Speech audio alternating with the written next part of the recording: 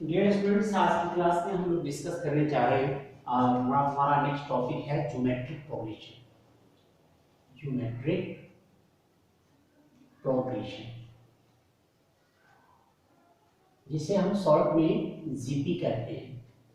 क्या होता है कि a progression in which the ratio of two consecutive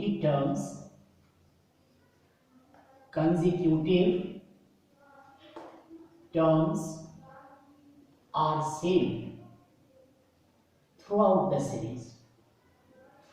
the series या throughout the progression। एक ऐसा प्रोग्रेशन जिसमें कॉमन रेशो की वैल्यू उस पूरे प्रोग्रेशन में, उस पूरे सीरीज में सेम होती है। फॉर एग्जांपल, जैसे मान ले 1 1 2 4 8 S1। नेक्स्ट एग्जांपल देखिए 5 25 125 625 S1। जैसे 1 3 9 27 S1 AR square AR cube S1। तो इस एग्जांपल्स में देखें आप कि सेकेंड टर्म को, फर्स्ट एग्जांपल की बात कर रहा हूं, फर्स्ट टर्म में second term by first term कर रहे हैं 2 by 1 that is equal to, third by second कर रहे हैं 4 by 2 that is equal to, fourth by third कर रहे हैं तो अभी हमारे पास इक्वल टू 2 है। तो इसमें देख रहे हैं कॉमन रेशियो की वैल्यू सेम होती है। कॉमन रेशियो को जनरली हम r से रिप्रेजेंट करते हैं। तो फर्स्ट एग्जांपल में r की वैल्यू 2 है, सेकेंड एग्जांपल में देखिए r की वैल्यू 5 है, थर्ड एग्जांपल में r की वैल्यू 3 है और फोर्थ एग्जांपल में r की वैल्यू हमारे पास आ है। तो ये सारे के सारे हमारे पास एग्जांपल्स हैं, वो किसके, जीपी के। अब यहाँ पर आपको जिस तरह एपी में nth टर्म निकालना सीखा था, इसी तरह जीपी के अंदर भी हमारे पास nth टर्म या सम ऑफ n टर्म्स, इसकी भी फॉर्मूला हमारे पास है। तो फॉर जीपी के लिए पहला फॉर्मूला हमारे पास बन रहा है an equal to a into r raised to the power n minus 1, where an equal to nth term या लास्ट टर्म भी कह सकते हैं, a equal to first term, r equal to common ratio.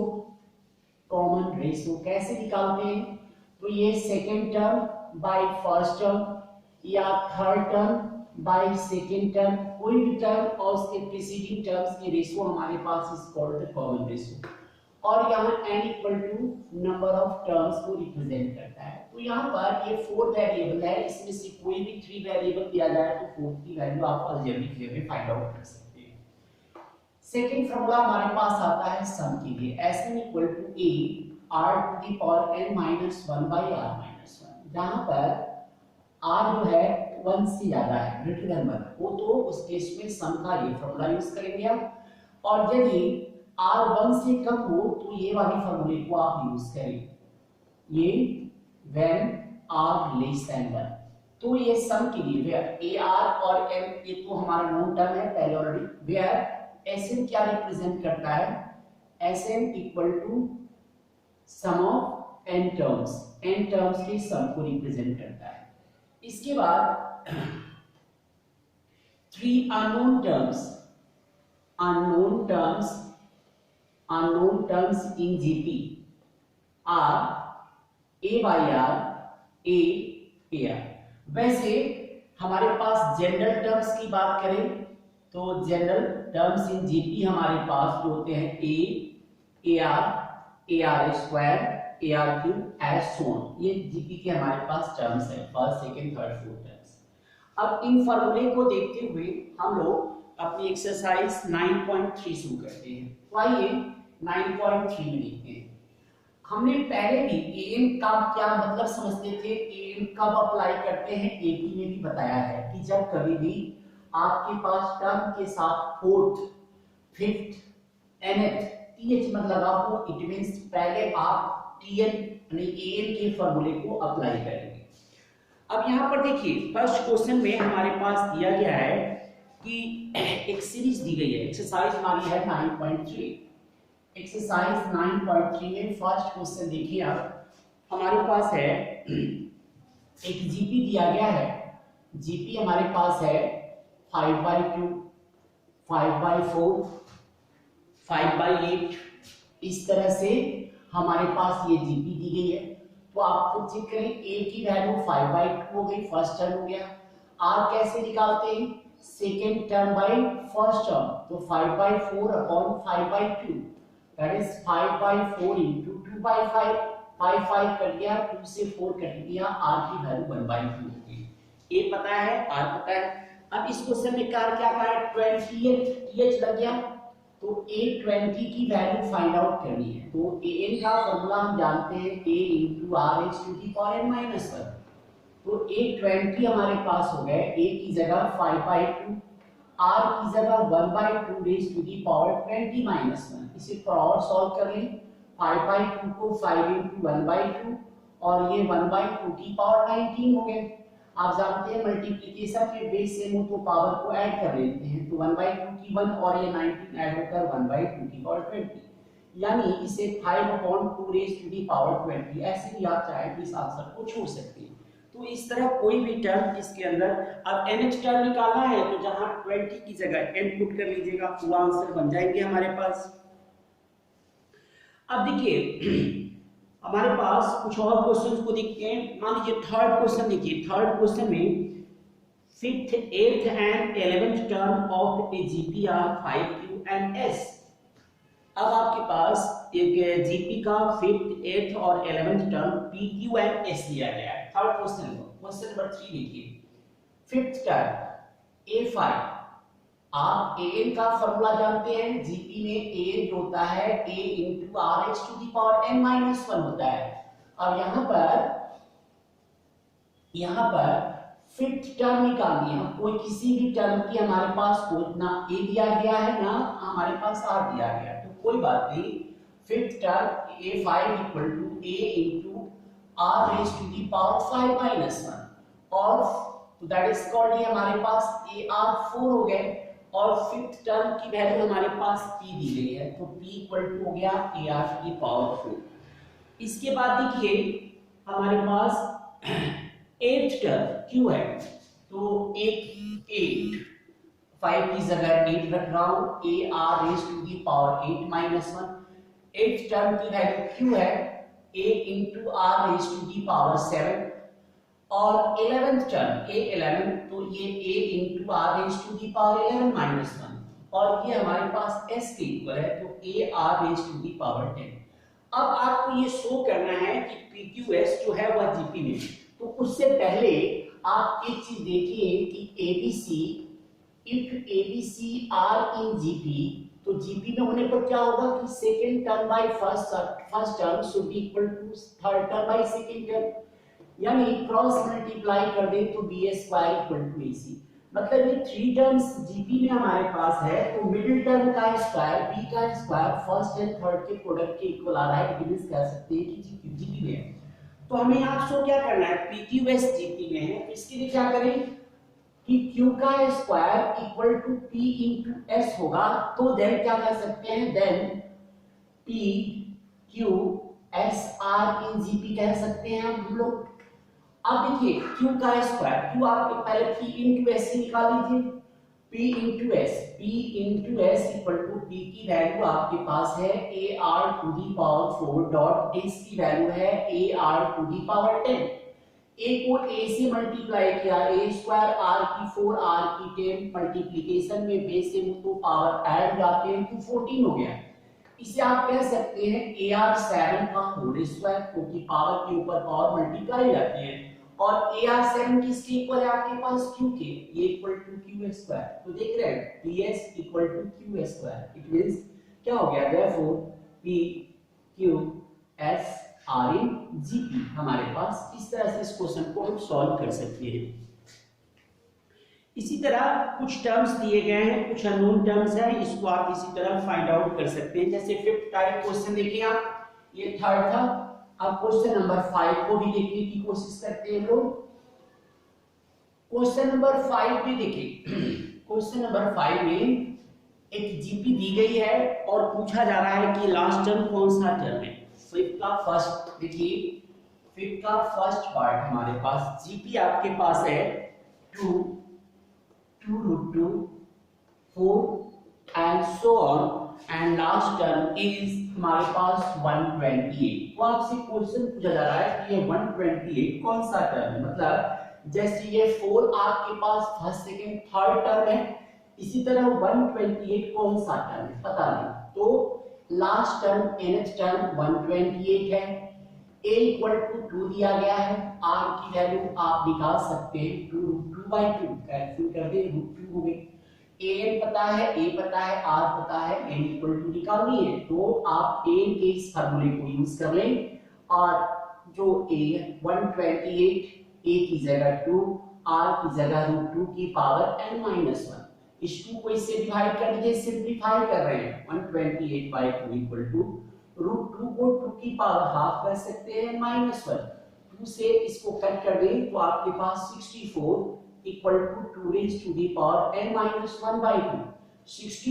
64 का आप सिंपल वे में LCM लेकर देखिए 232 2 से 16 2 से 8 2 से 4 2 से 2 और इस 2 से 1 1 2 3 4 5 6 2 की पावर 6 कर दे 2 raise to the power 6 equal to 2 raise to the power n-1/2 base same है तो पावर को सेम कर दें मतलब 6 equal to n-1/2 cross multiply कर दिया n-1 इक्वल टू 2 तो n की वैल्यू 30 इट मींस ये काउंटिंग में 13 टर्म जो होगी हमारे पास 128 हो जाएगा। तो इस तरह हम इस क्वेश्चन को सॉल्व कर सकते हैं। अब यहाँ पर हमारे पास क्वेश्चन में सम निकालने के लिए भी कहा गया है तो सम में भी आप सम के फॉर्मूले को आप अप्लाई कर सकते हैं। आइए क्वेश्चन को थोड़ा सा डिफरेंट क्वेश्चन लेकर चले।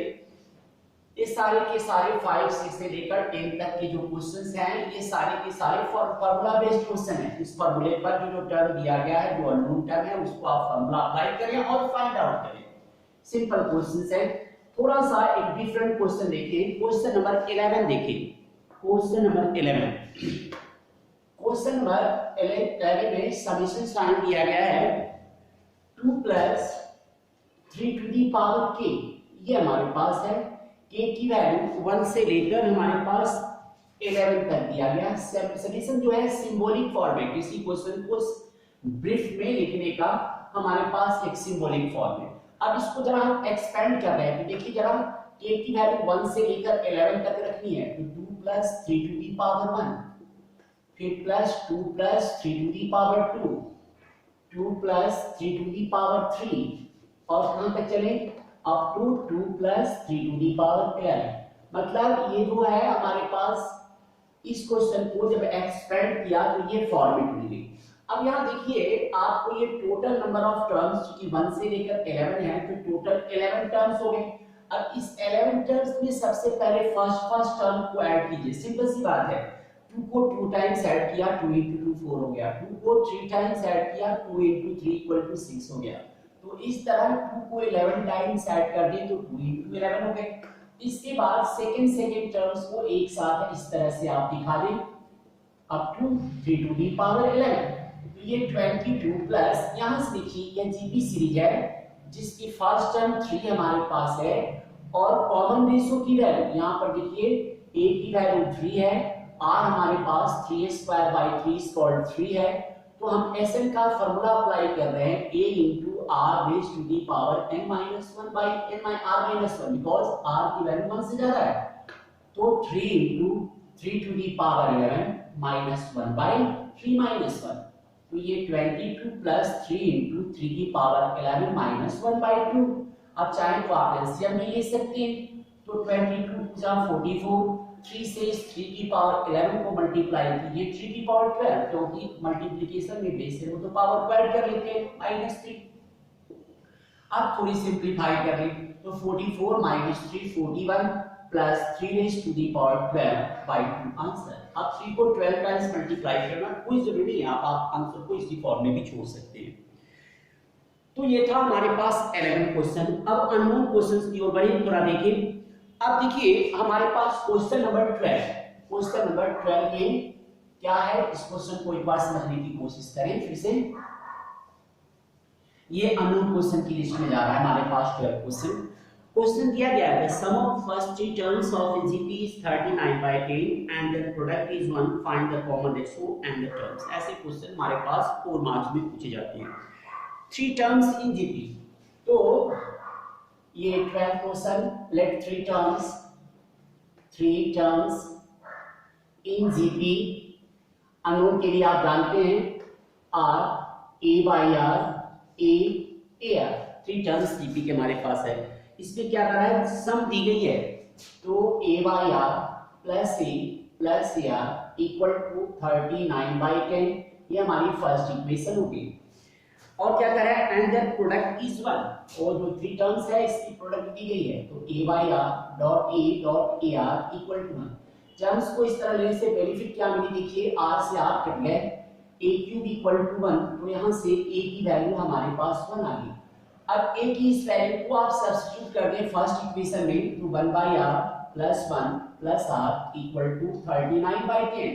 आर एलसीएम ले लीजिए, 1 plus r square equal to 39/10, cross multiply कर दें, 10 plus 10r plus 10r square equal to 39r। Terms को वन साइड ले आइए, 10r square plus 10r plus 10 minus 39r equal to 0, 10r square minus 29r plus 10 equal to 0। आपके पास middle term splitting है, 10 मतलब 10 into 10 100 हो गया। 100 को दो पार्ट में इस तरह से ब्रेक करें कि आपको क्या हो जाए, 29 हमारे पास हो जाए। 100 को आपको इस तरह से दो पार्ट में ब्रेक करनी है, मतलब कहने का कि इसको फैक्टराइज कर लें, r की वैल्यू फाइंड आउट कर लें। r की वैल्यू r फाइंड आउट करेंगे तो r की यहां से दो वैल्यू आपको मिलेगी। अब r की पहली वैल्यू के लिए व्हेन r इक्वल टू जो भी पहली जो भी वैल्यू आ रहा है यहां रखिए, तो टर्म हो जाएगी a बाई r की वैल्यू निकालें, एक तो दिया गया है 1, और ar की वैल्यू निकालें। और जब r की आपके पास दूसरी वैल्यू आ रही है तो उसके accordingly a by r a और ar की, तो इस तरह से दो टाइप की जीपी हमारे पास मिलेगी, यही हमारे पास इसका आंसर होगा। तो इस तरह आपने 12 तक क्वेश्चन को देखा, इसमें आप 13 भी कर सकते हैं, 14 भी आपके क्वेश्चन हो जाएंगे, 15 16 आप जो है इसमें 17 तक आपकी होमवर्क हो गई कि एक्सरसाइज 9.3 में 1 to 17 क्वेश्चन को आप ट्राई करें। नेक्स्ट क्लास में हम लोग कुछ जीपी के और नए टॉपिक के बारे में डिस्कस करेंगे। आज के लिए बस इतना ही, थैंक यू।